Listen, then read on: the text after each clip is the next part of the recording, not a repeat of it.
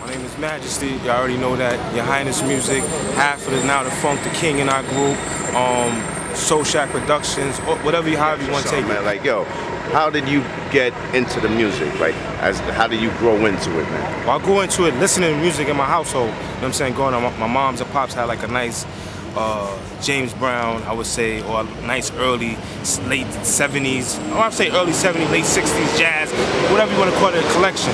So when I grew up, that's all I used to hear in the household. So that just started me to DJing. From DJing, I just went to making beats. That's a steady progression, you know what I'm saying, as far as music is concerned. So I would just say it came from just hearing music. Being around good music is always gonna, you can always tell what a person's going to by the kind of music they listen to.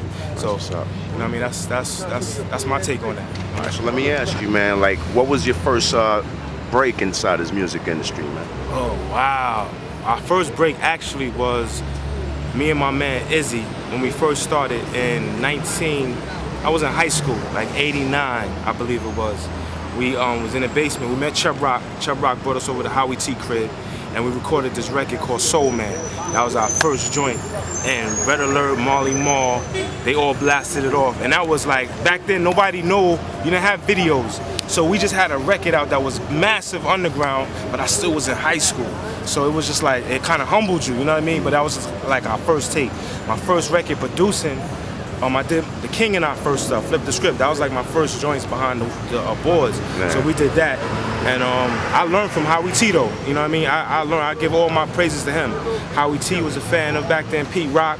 So I used to be hanging around these cats, you know what I mean? So it was that was my next question, man. Yeah. Like, who inspired you to do music? You know what I'm saying? Pete, Primo, Dr. Dre, of course Howie, Marley, Teddy Riley, Quincy Jones, and that's just not being generic with it, that's just being real with it, because as a musician, everybody said had different levels. Teddy Riley might not have been a street dude, but he made great street music, and that's what I love, and it was always composed right, and that's where the Quincy Jones comes in. You know what I'm saying? You gotta be a composer to be a complete producer. That's the rap though, so, you know what I mean? All right, so let me ask you, man, like, what kind of equipment do you fuck with right now? Oh, right now, I got the MPC 4000. That's like my brainchild. But I work on Cubase, of course, and Pro Tools.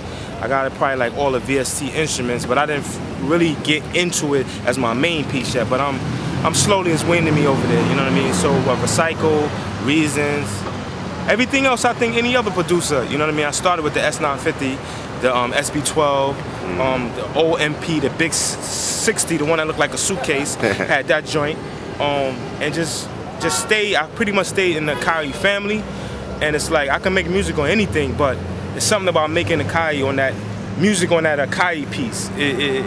It put it in a certain, you know, just a certain perspective I could put it into, you know what I mean? Yeah. So with the funny thing about it, me and my 4000, we have an open relationship. I sometimes cheat on her, you know what I mean? I go to the computer joint, so it's cool. You know what I mean? Yeah, that's what's up, I hear you. Word. What up? It's your man Majesty, super producer extraordinaire and all that, chilling on Tech and Steel video, you know what I'm saying?